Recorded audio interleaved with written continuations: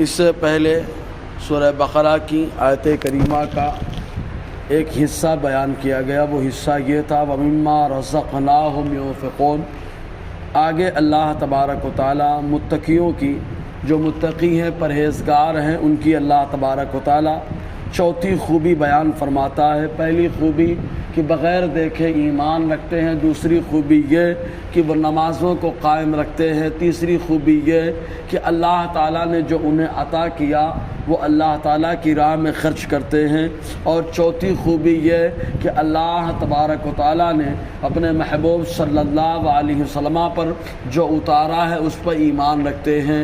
اللہ تبارک و تعالیٰ نے جو اتارا اسے وحی کہا جاتا ہے، اور وحی دو طریقے کی ہوتی ہے۔ ایک وحی مطلوع یعنی جس کی تلاوت کی جائے، وہ قرآن مقدس ہے، قرآن مقدس کی ایک ایک آیت اور ایک ایک حرف کی حقانیت اور اس کے برحق ہونے پر ایمان رکھتے ہیں۔ اور ایک وحی غیر مطلوع ہوتی ہے جس کو احادیث مصطفیٰ صلی اللہ علیہ وسلم کہا جاتا ہے، اور احادیث کے بھی تین حصے ہوتے ہیں، ایک قولی حدیث ہوتی ہے اور ایک فعلی حدیث ہوتی ہے۔ ایک تقریری قولی حدیث یہ کہ حضور صلی اللہ علیہ وسلم نے جو فرما دیا اس کو قولی کہا جاتا ہے، اور فعلی جو آقا علیہ السلام نے کر دیا اور تقریری کسی صحابی نے حضور صلی اللہ علیہ وسلم کی بارگاہ میں کیا اور آقا علیہ السلام نے منع نہ فرمایا، اس کو تقریری کہا جاتا ہے۔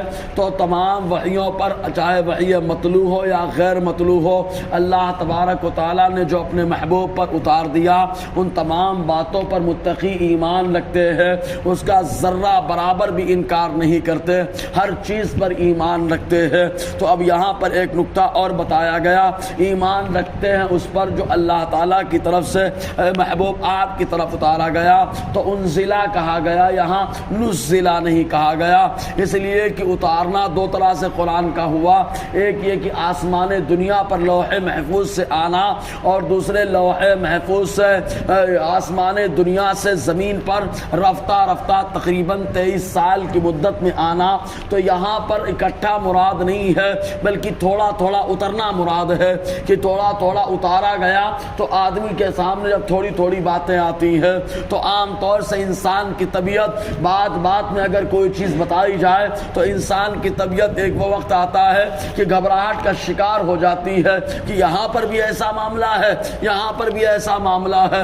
تو اللہ تبارک و تعالیٰ فرماتا ہے جہاں انسان کی طبیعت گھبراہٹ کا شکار ہوتی ہے، وہاں پر جو متقی پرہیزگار ہوتے ہیں وہ تھوڑی تھوڑی آیتیں آ رہی ہیں، ایک ایک دو دو مسئلے بیان کیے جا رہے ہیں، لیکن ان تمام باتوں پر وہ ایمان رکھتے ہیں، اور اللہ تعالیٰ نے کیوں اتارا اس پر بھی ایمان رکھتے ہیں، اس کے اسباب پر ایمان رکھتے ہیں، اور اس سے جتنے مسائل اخذ ہوتے ہیں، مستنبط ہوتے ہیں، ان تمام باتوں پر بھی ایمان رکھتے ہیں۔ اور حضور صلی اللہ علیہ وسلم کیوں خاموش ہوئے؟ آخر سوال ہوا تو کیوں خاموش رہے؟ اللہ نے کیوں وحی نازل فرما دی؟ کون لے کر کے آیا؟ اس بات پر نہیں دیکھتے بلکہ یہ دیکھتے ہیں کہ اللہ نے اتار دیا۔ چنانچہ یہودوں کا معاملہ یہاں کہ حضور صلی اللہ علیہ وسلم سے ان لوگوں نے پوچھا آپ کے اوپر جو کلام اترا ہے، جو اللہ تعالیٰ نے احکام نازل فرمائے، وہ کون لے کر کے آتا ہے؟ تو آقا علیہ السلام نے فرمایا جبرائیل لے کر کے آتے ہیں۔ تو یہودیوں نے کہا اگر کوئی اور فرشتہ لے کر کے آتا تو ہم آپ پر ایمان لے آتے، لیکن چونکہ جبرائیل لے کے آتے ہیں، جبرائیل ہمارے دشمن ہے، ہماری ان سے بنتی نہیں ہے، اس لیے ہم انکار کرتے، ہم نہیں مانتے ہیں۔ تو اللہ تعالیٰ نے فرما دیا جو یہ کہے من کان عدوا لجبریل و میکائیل، اللہ تعالیٰ فرماتا ہے جو جبریل اور میکائیل اور دیگر فرشتوں سے دشمنی مول لیتا ہے وہ در حقیقت اللہ تبارک و تعالیٰ سے دشمنی مول لیتا ہے، کیونکہ جبرائیل کا کام تو خالی لے کر کے آنا ہے جو اللہ تبارک و تعالیٰ نے احکام بتا دیے ہیں۔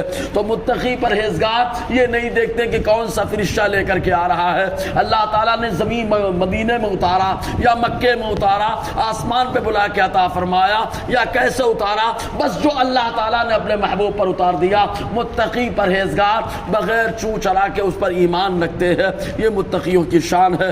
انشاءاللہ اور آگے گفتگو رہے گی۔ اللہ تعالی ہم سب کو فیضان قرآن، برکات قرآن سے مالا مال فرمائے۔